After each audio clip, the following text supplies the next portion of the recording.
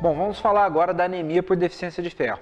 Então, segundo da OMS, a gente tem aí cerca de 2 bilhões de pessoas no mundo com anemia, né? E aí, isso aí dá mais de 30% da população mundial. Isso esses dados de 2015, né? E a grande maioria é deficiência de ferro. Se a gente fala de atletas ou praticantes de atividade física, uma causa muito importante de alteração que a gente encontra é o que a gente chama de deficiência funcional de ferro, que pode estar presente nos indivíduos não anêmicos, por exemplo, presente em pacientes com câncer, doenças inflamatórias crônicas, doença renal, doença como insuficiência cardíaca. Nessas situações, assim como no exercício, a gente tem uma diminuição da circulação do ferro e esse ferro não chega na medula para completa hemoglobinização. E aí a gente tem esse ferro sendo retido em outros locais, como por exemplo no macrófago que a gente viu hoje de manhã.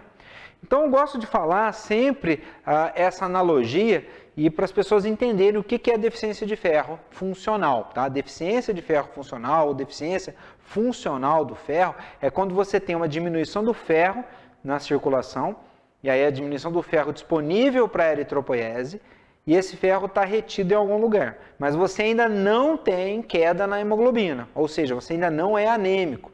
Mas, se esse quadro persistir, a tendência é que você fique anêmico. É assim, ó, tipo greve do banco. Só que a greve do banco, você tem o seu dinheiro retido lá, não consegue pegar. Aqui, no caso da nossa deficiência funcional de ferro, o ferro ele fica retido dentro do macrófago.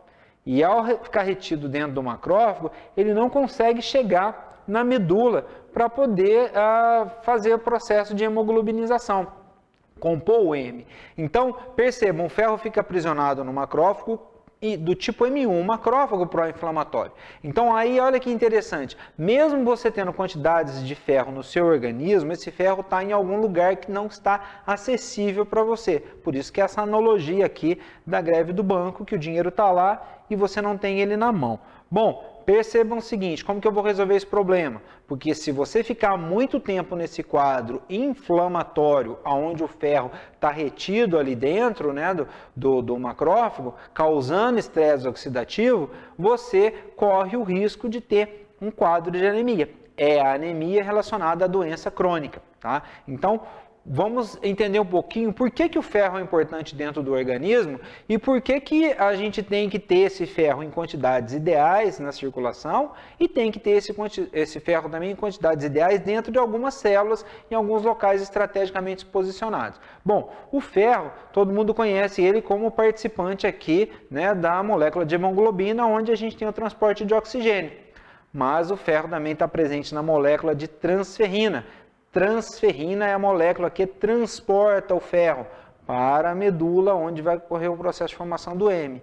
A gente tem o ferro também na ribonucleotídeo redutase, que é uma enzima que participa do crescimento, né, crescimento tecidual e da síntese do DNA dos linfócitos. Ou seja, a função dos linfócitos depende de quantidades ideais de ferro.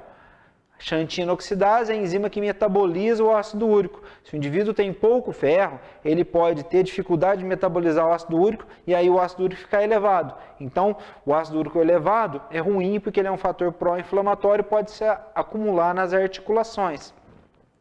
A tireoperoxidase, que é uma enzima que participa da produção dos hormônios da tireoide, também precisa de ferro como um agente, como um cofator importante na formação dos hormônios da tireoide. Então, se você tem pouco ferro, você prejudica a formação de hormônios da tireoide. A mioglobina é uma enzima que é uma proteína que armazena oxigênio, né, para contração muscular, também tem ferro. A ferritina é a proteína de estoque de ferro hepático, mas ela também exerce um papel antioxidante. A catalase, percebam, se o ferro, por sua vez, pode promover radicais livres, ele precisa estar presente na catalase, uma enzima que vai decompor as espécies reativas de oxigênio e ter uma função antioxidante. Perceba, você precisa de ferro tanto para fazer a função oxidante quanto para fazer a função antioxidante. Você tem que ter ferro nos citocromos, que participam lá da produção de ATP, né, a cadeia transportadora de elétrons, os citocromos do fígado, que participam do metabolismo das drogas, e aí a gente faz o processo de detoxificação, e precisa também do ferro para participar da enzima glicerofosfato deshidrogenase, que participa da geração de energia para as células. Percebam que por todos esses papéis demonstrados aqui nesse slide, a gente tem uma importante função do ferro. Só que ele não pode estar nem em níveis elevados, porque senão ele vai promover a formação de radicais livres, e em níveis diminuídos ele pode prejudicar a sua imunidade, a formação de energia para as células, várias funções, inclusive formação de hormônios. Então, por isso que esse mineral ele é finamente regulado e é importante a gente aprender a monitorar isso de uma forma adequada no contexto do exercício físico. Então, aqui o ferro que é absorvido, né, pela dieta, ele vai ser transportado pela transferrina. Isso lá na medula vai ser incorporado no heme para formar hemoglobina e participar da formação das hemácias. A gente vai ter então uma parte depois dessas hemácias, depois de fagocitadas pelos macrófagos, reaproveitando esse ferro. Uma parte desse ferro volta para a transferrina, a outra parte desse ferro pode ficar armazenada na forma de ferritina. E aí a ferritina é um marcador do estoque de ferro. Só que a gente vai ver que no exercício físico a gente tem algumas importantes considerações para fazer aqui, porque a ferritina, além de funcionar como marcador de estoque de ferro, ela também é uma proteína de fase aguda inflamatória que responde à inflamação. Bom, um dos exames que a gente utiliza para avaliar, né, a cinética do ferro é a capacidade total de fixação do ferro. E ela é uma estimativa aproximada da transferrina sérica, e na anemia ferropriva a capacidade de ligação está aumentada. Percebam, porque se eu tenho menos ferro, eu tenho menos transferrina transportando, sobra mais espaço. Então a capacidade de ligação, de transporte, está aumentada. Por outro lado, o índice de saturação, que é medido aqui embaixo, que vai de 20% a 50%, ele apresenta valores inferiores ao limite de referência quando o indivíduo está com anemia ferropriva. Ou seja, eu tenho a transferrina menos saturada. É como se você tivesse um caminhãozinho transportando ferro lá no seu organismo. Quando a caçamba está vazia, você tem uma capacidade aumentada de transportar e a saturação diminuída. Tá? Por outro lado, quando você tem muito ferro na circulação, quando você tem excesso de ferro, e aí algumas pessoas recomendam fazer a sangria, a capacidade total de fixação do ferro está diminuída e o índice de saturação da transferrina está aumentado. Então esses parâmetros respondem assim de forma bem distinta. A ferritina, que é esse parâmetro que a gente utiliza para medir o estoque de ferro, ela é usada aí para prevenir e diagnosticar a deficiência de ferro, mas também para monitorar a resposta à ferroterapia. Então, se a gente estiver tratando uma pessoa que está fazendo o tratamento aí com ferro, a gente vai observar o aumento da ferritina depois de algum período. Tá? E ela pode detectar também os estados de sobrecarga de ferro para a gente monitorar a remoção terapêutica, que é conhecido popularmente como sangria. A diminuição da ferritina está relacionada com a deficiência de ferro. Tá? E aí a gente tem que lembrar um pequeno detalhe aqui muito importante. Ferritina é um reagente de fase aguda inflamatória, encontra-se elevado nas patologias hepáticas agudas e crônicas. Tá? Então, quando a gente tem qualquer processo inflamatório ou uma sobrecarga de ferro, a gente aumenta a ferritina. Tá? Mas para dizer que é sobrecarga de ferro, que é excesso de ferro, eu tenho que excluir a inflamação através da dosagem da proteína C reativa. Bom, o que a gente tem como importante observar na ferritina também? Que ela é um reagente de fase aguda inflamatória, importante no seguinte sentido, ela se eleva de forma muito importante em algumas infecções, principalmente nas infecções virais. Então, se você quiser diferenciar, por exemplo, uma infecção que está elevando, né, por exemplo, a proteína C reativa, mas a ferritina está em valores ainda normais ou próximo do máximo, provavelmente você tem um quadro de infecção bacteriana. Se você tem PCR em níveis normais e ferritina aumentada e existe um processo inflamatório infeccioso, muito provavelmente isso é por conta de um vírus. Esse estudo mostra essa relação bem interessante nesse gráfico aqui, valores de PCR aqui aumentado, mais relacionado com sepse e alterações bacterianas, e os valores de PCR normal com ferritina aumentado, mais relacionado com infecções virais. Sempre lembrar que você pode ter aumento da ferritina na circulação por conta de lesão tecidual. E aí fígado, rins, pulmões e os próprios adipócitos, como são fonte de ferritina, também tem ferritina nesses locais, a gente pode ter elevação por conta da alteração, da degradação desses tecidos. Bom, outro estudo bem interessante que é de um grupo brasileiro, mostrou que pessoas que têm infecção pelo vírus da dengue, né, nos dias seguintes à infecção, eles apresentam valores significativamente aumentados de ferritina. Tá? Isso pode demorar até 10, 15 dias para normalizar. Então percebam, às vezes a pessoa tem uma causa isolada de aumento da ferritina sem ter excesso de ferro. Isso muitas vezes pode estar relacionado com uma dengue, que a pessoa teve a infecção ou tem a infecção de forma, às vezes, até assintomática. Tá? Então, fiquem atentos a esse detalhe, porque é importante investigar. Outra questão importante da ferritina é entender que tem alguns estudos mostrando que ela é um marcador de inflamação que também está elevado junto com a proteína C reativa nos pacientes com síndrome metabólica e resistência à insulina. Então, também não é raro a gente encontrar indivíduos obesos com sobrepeso ou com resistência à insulina que tenham ferritina aumentada, mas aí não tem nada a ver com a quantidade de ferro em excesso, sim com uma inflamação que essas pacientes apresentam. E aí outra coisa que quando a gente fala de atividade física tem que ficar claro é que a ferritina, para quem treina, não é um marcador confiável dos estoques de ferro. Por quê?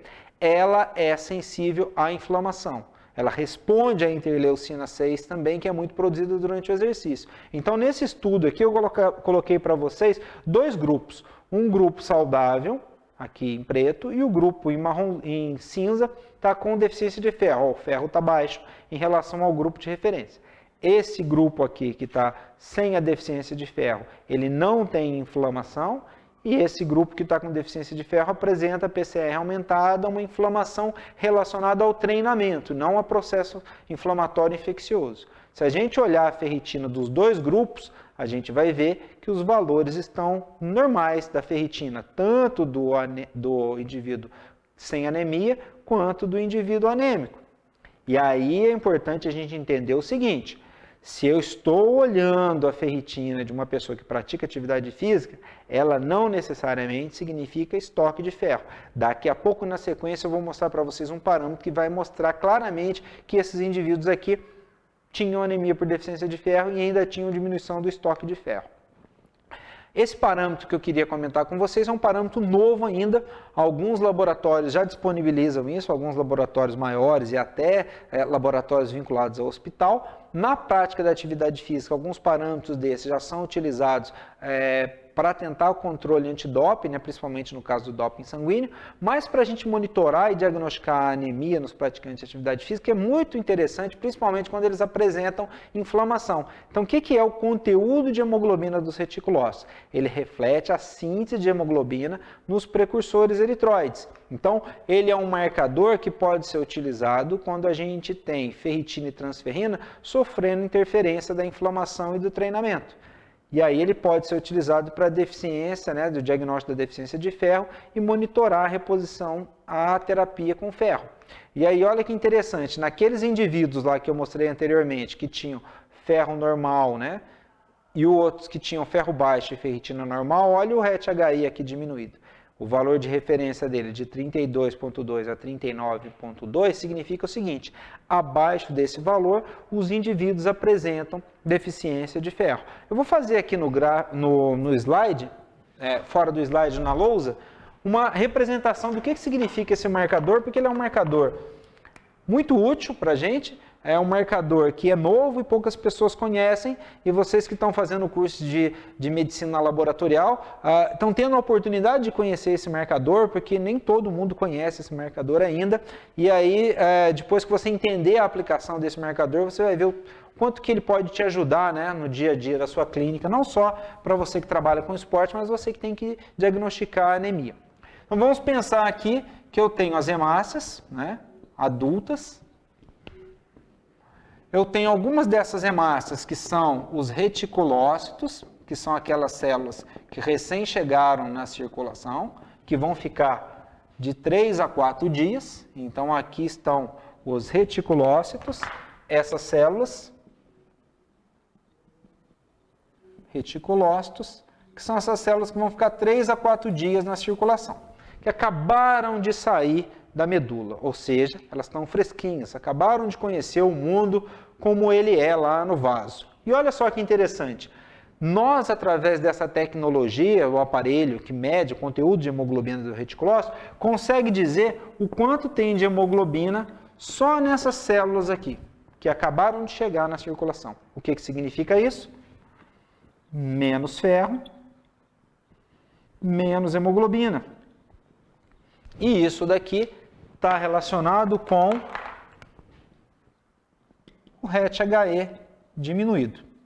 Percebam, o que significa esse RET-HE diminuído? Significa que a pessoa tem pouco ferro chegando na medula, ou seja, déficit de ferro circulante. Então, a pessoa que tem o RET-HE diminuído está com pouco ferro ali. A gente tem que investigar se é um processo inflamatório que está retendo o ferro dentro dos macrófagos ou se a gente tem aí um processo em que realmente tem falta de ferro na dieta do indivíduo.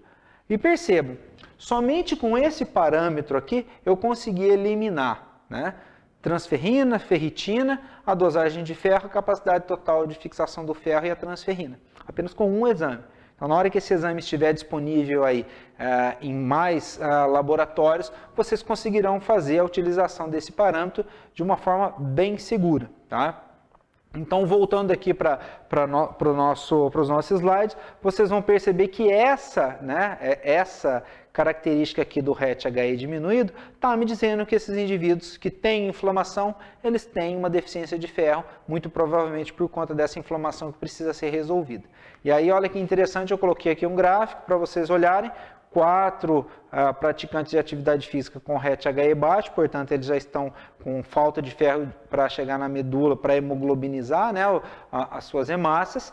Eles todos têm proteína C reativa aumentada, aqui em azul, e todos eles têm ferritina dentro de valores normais. Se você olhar para esses exames sem esse dado aí do RET-HE, a barrinha vermelha, você vai achar que essas pessoas têm quantidade de ferro normais e você não precisa corrigir. O que significa isso? Que a longo prazo essas pessoas vão se tornar anêmicas, as hemácias vão ficar microcíticas e vão ficar hipocrômicas. Tá? No dia da nossa aula, ao vivo, a gente vai poder falar mais sobre esse parâmetro e vocês vão poder tirar dúvidas, né? Inclusive, discutir alguns casos comigo aí que a gente possa aplicar isso na rotina de vocês. Então, aqui eu coloquei um casinho, tá? Só para ilustrar bem isso que a gente está falando. Aqui eu tinha um atleta, né, que tinha valores de hemácia, hemoglobina e hematócrito diminuído, só que tinha os valores de VCM, HCM e CHCM normais. Então, ela tinha hemoglobina, hemácia e hematócrito diminuído, anemia.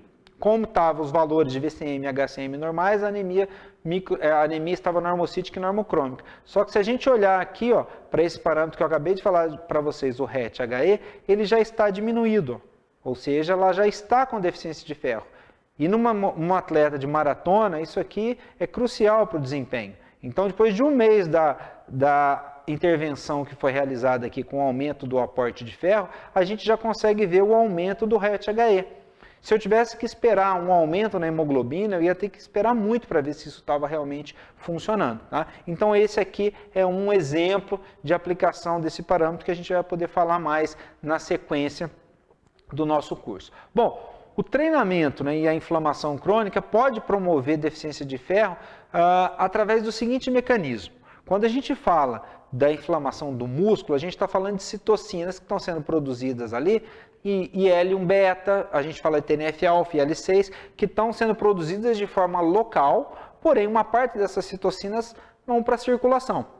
Essas citocinas que caem na circulação podem agir aumentando a produção de proteínas de fase aguda. A mais conhecida delas é a PCR, mas a gente tem outras, como o fibrinogênio e a própria ferritina. Todas essas proteínas, quando são produzidas, têm uma função dentro do processo inflamatório. Mas quando a gente fala de proteínas que diminuem durante a inflamação, como é o caso da transferrina e da albumina, a gente tem o que a gente chama de proteína de fase aguda negativa. E aí qual que é o problema? Todas as vezes que você tiver um processo inflamatório instaurado, tendo menos albumina na circulação, você vai ter menos transporte de hormônios, como os hormônios sexuais que se ligam à albumina e algumas drogas que também são carreadas pela albumina. Então, o que a gente tem aqui é, revendo aqui